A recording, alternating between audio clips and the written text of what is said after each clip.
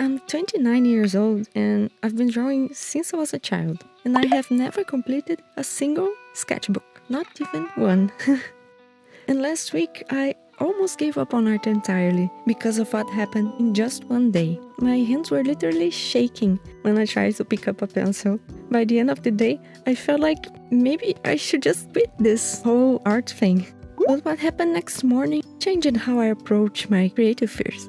And what I discovered wasn't what you would expect.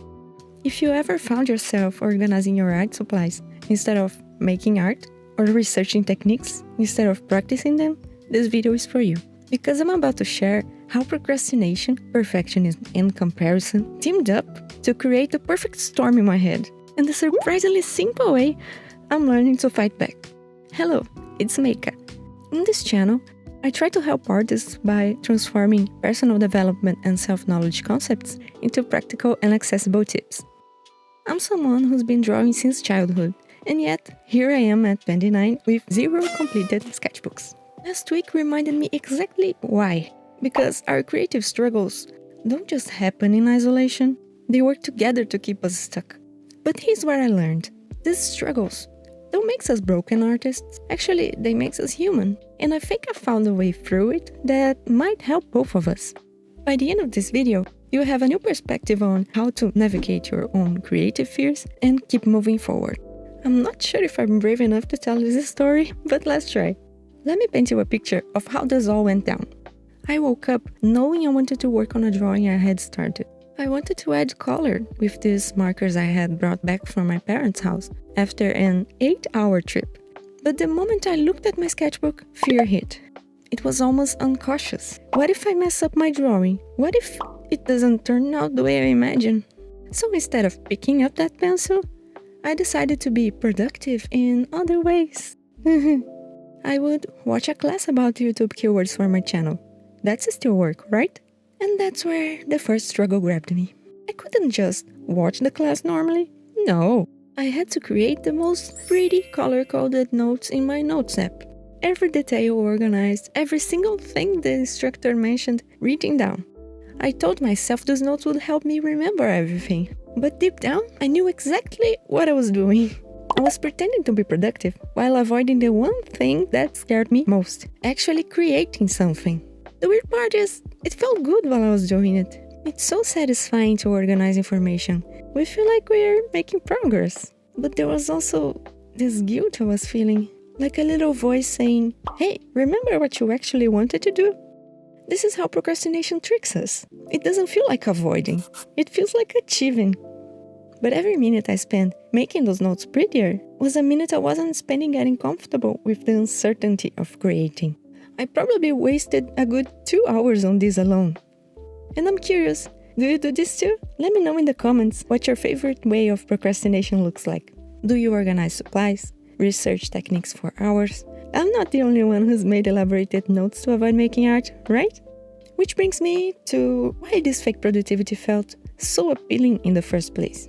As I crafted these elaborated notes, it hit me. This wasn't just procrastination.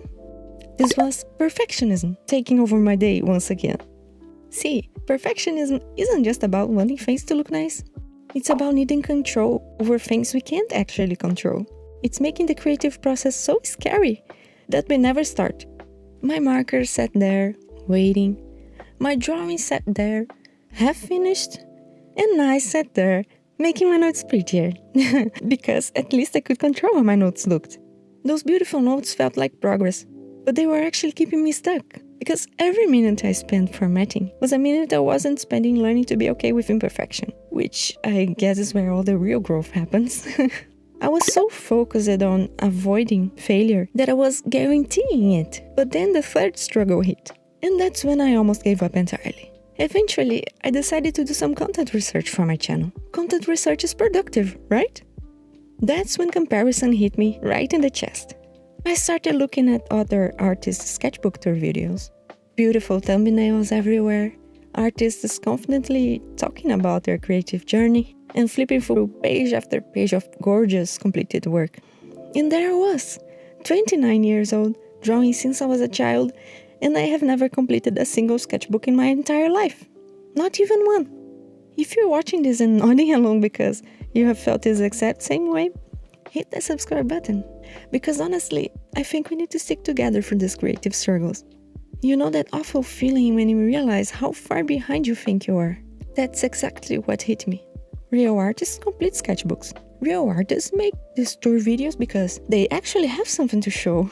What am I even doing here? I started thinking I could only make sketchbook content if I was like them. Committed, productive, with shelves of finished sketchbooks. The thought spiral was brutal. I can't even finish one sketchbook. How can I help anyone else? What kind of artist am I? In that moment, I almost closed my computer and gave up on the whole channel idea. The comparison was so overwhelming. I felt like maybe I should just quit this whole creative thing entirely. By the end of the day, I was completely drained. I had spent an entire day being busy without actually creating anything. But there's something I end up learning that actually helped me. When everything feels overwhelming, sometimes the best thing I can do is step completely away from my desk. So I closed everything, took a long shower focusing on the warm water instead of my spiraling thoughts, then went through my usual evening routine. Dinner, a couple of K-drama episodes, and sleep. Sleep for me is like a reboot button for my anxious mind. But those huge overwhelming feelings from the day before feel smaller. The next morning, I was still scared to look at my sketchbook. The fear was definitely still there. But instead of waiting for it to go away, because honestly, it never does, I tried something different. I found the tiniest way possible of moving forward. I chose to copy one of my own drawings, using that graphite transfer technique. You know, where you cover the back of the drawing with graphite and then trace it onto other paper. This way, I could potentially work with my markers later, without the fear of ruining the original. It wasn't the creative breakthrough I had imagined. It wasn't some magical moment where suddenly everything clicked. But it was something. And sometimes, something is enough. That's when I realized, maybe progress doesn't look like conquering your fears. Maybe it looks like getting really good at finding creative ways to work around them, while you're still scared. Oh, and if you are struggling with blank page paralysis like me, there's a workbook called 365 Days of Art, linked in the description. It gives you simple and fun daily prompts and activities, so you never have to wonder what to create. But honestly, what's helping me most is connecting with other artists who understand these struggles.